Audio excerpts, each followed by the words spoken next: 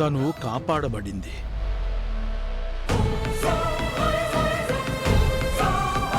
అందుకేనా చామంతిని రోజా పక్కనే ఉండమన్నారు?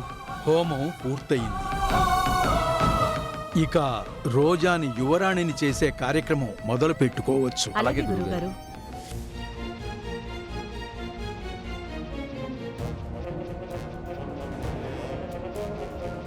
నువ్వు లేనిదే ఈ సంస్థానమే లేదు చామంతి. నువ్వు లేనిదే ఇక్కడ ఏదీ లేదు.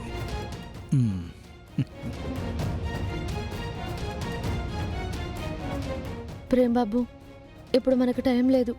ఆ రాజశేఖర్ ఎక్కడున్నాడో మనం వెతకాల్సిందే. ఎక్కడున్నాడో పద వెతుకుదాం. పదండి.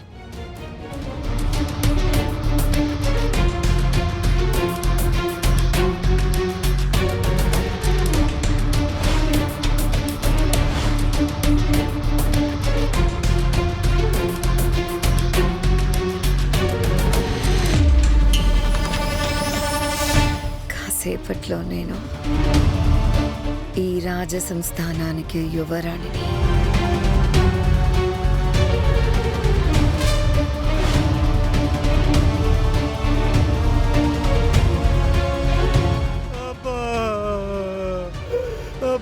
ఇక్కడ కొంచెం చిరిగిపోయిన డ్రెస్ వేసుకొని ఒక అతను. చూడలేదన్నా. ఓకే,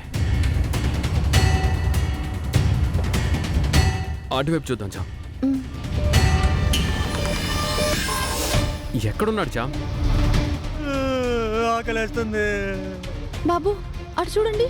ఆకలి, అబ్బా ఆకలి.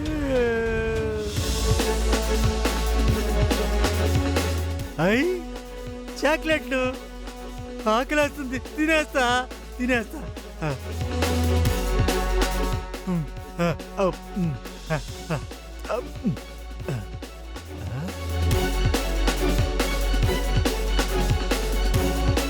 బాగుందా? బాగున్నాయి. నీ పేరు రాజశేఖర్ కదా? నీకెలా తెలుసు? అసలు ఎవరు మీరు? నువ్వు మమ్మల్ని మర్చిపోయినట్టున్నావు. మేము నీకు స్నేహితులం. నిజమా? నా స్నేహితులా? చాక్లెట్స్ ఫ్రెండ్స్కే కదా ఇస్తారు. అవును, మీరు నా ఫ్రెండ్సే. మీరు నా ఫ్రెండ్సే. అయితే మేము నీ ఫ్రెండ్సే కదా. ఒకటి అడుగుతాను, చెప్తావా? రాజ సంస్థానంలో యువరానికి సంబంధించిన జన్మపత్రాలు నువ్వు చూసావు కదా, అవి ఎక్కడ దాచావు? చెప్పొచ్చు కదా. అవి అవి బాగా గుర్తు చేసుకొని చెప్పు. వాటిని బట్టి అసలు యువరాణిని గుర్తుపట్టాలి కదా. అవునవును అవును. ఇప్పుడు వచ్చింది యువరాణి కాదు. యువరానికి ఉండాల్సిన లక్షణాలు దాని ముఖంలో లేవు. అది యువరాణి కాదు, అది యువరాణి కాదు. మరి అదే కదా. మరి కనిపెట్టాలంటే ఆ జన్మపత్రాలు కావాలి కదా. ఏమయ్యాయో చెప్పు రాజశేఖర్. అవి అవి అవి నా దగ్గర నుంచి లాక్కోవడానికి ఆ ఉపేంద్ర గారు చూశాడు. నేను ఇవ్వలేదు. వాడెవరో యువరాణి చేస్తున్నాడని నాకు తెలిసిపోయింది. అందుకే నేను ఇవ్వలేదు. అవి ఇప్పుడు ఎక్కడున్నాయి? అవి అవి ఎవరికో ఇచ్చానే. మరి నువ్వెవరికిచ్చావు? ఎవరికిచ్చాను?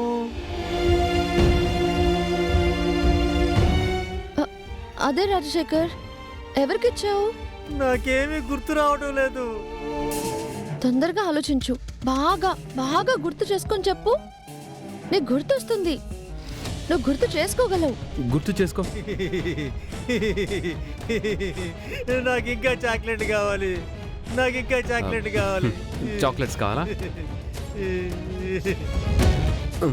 ఇవిగో. అయ్యి చాక్లెట్లు.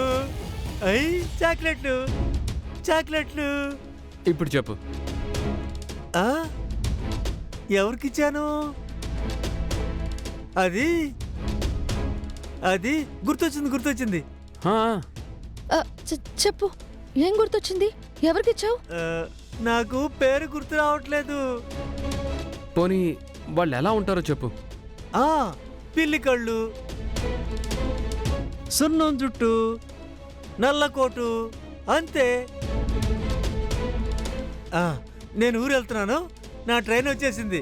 ఆ, వాడొస్తాడు వాడొస్తాడు వాడొచ్చేస్తాడు. రాజశేఖర్, వాడొస్తాడు వాడొస్తాడు వస్తాడు. ఏంటి బాబు, ఎవరూ చెప్పలేదు. పెళ్లి కళ్ళు, సున్నం జుట్టు, నల్ల కోటు అని మాత్రమే చెప్పాడు. ఎవరై ఉంటారు బాబు? పద్మ అనే ఈ వివరాలు చెప్పి అడుగుదాం చామ్, తనకేమైనా తెలుస్తుందేమో. అయ్యో, అక్కడ రోజమ్మ పట్టాభిషేకానికి టైం అయిపోతుంది బాబు. మనకిప్పుడు అంత టైం లేదే. ఏం చేయాలో నాకేం తెలియట్లేదు. ఏం కాదు, కనిపెడదాం చామ్, నువ్వు కంగారు పడకు. పద, ముందు పద్మ దగ్గరికి వెళ్దాం. పద్మగారు, ఏమైందమ్మా? రాజశేఖర్తో యువరాణి జన్మపత్రాల గురించి మాట్లాడాము. ఎవరి గురించైనా చెప్పాడమ్మా? ఎవరో సరిగ్గా చెప్పలేకపోతున్నాడు, కానీ వాళ్ళు ఎలా ఉంటారని అడిగితే పిల్లి కళ్ళు, సున్నం జుట్టు, నల్ల కోటు అని చెప్తున్నాడు. ఈ ఆనవాళ్లతో ఉన్నవాళ్ళు నీకేమైనా తెలుసా? అమ్మా, నేను ఒకసారి రాజశేఖరం ఒక ముసలాయనతో మాట్లాడడం చూశానమ్మా. ఆయనవి పిల్లి కళ్ళే. సున్నం జుట్టు అన్నాడు అంటే ఆయనది తెల్ల జుట్టమ్మా. నల్లకోట ఆయన వేసుకున్నాడు. ఆయన లాయర్ ఏమో, లాయర్ అయి ఉండొచ్చు కదా. ఏమో తెలియదు సార్. పక్కుల్లో చూశానన్నారు కదా, ఏ ఊరు పద్మ? ఆయనది రాఘవాపురం అమ్మా. ఇక్కడి నుంచి 10 కిలోమీటర్లు ఉంటుంది. ఆయనతో రాజశేఖర్ మాట్లాడింది ఎక్కడ? మీరేమైనా చూసారా? ఏమైనా గుర్తుందా? పెద్ద మండువ ఇల్లుంటుంది బాబు. బహుశా అదే ఆయన ఇల్లేమో, మరి కరెక్ట్గా తెలీదు. ప్రేమ్ బాబు, పోలికలు సరిపోయాయిగా. రాజశేఖర్ ఆయనకే జన్మపత్రాలు ఇచ్చుంటాడు. త్వరగా వెళ్దాం పదండి. పదచా.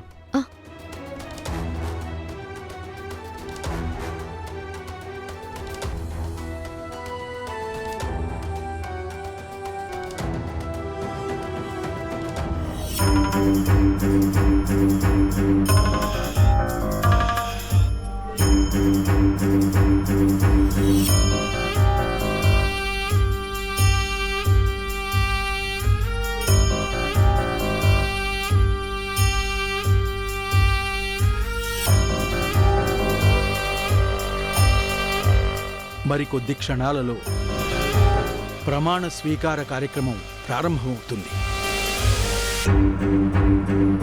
తరువాత డిక్లరేషన్ ఫారం మీద సంతకం పెట్టాల్సి ఉంటుంది.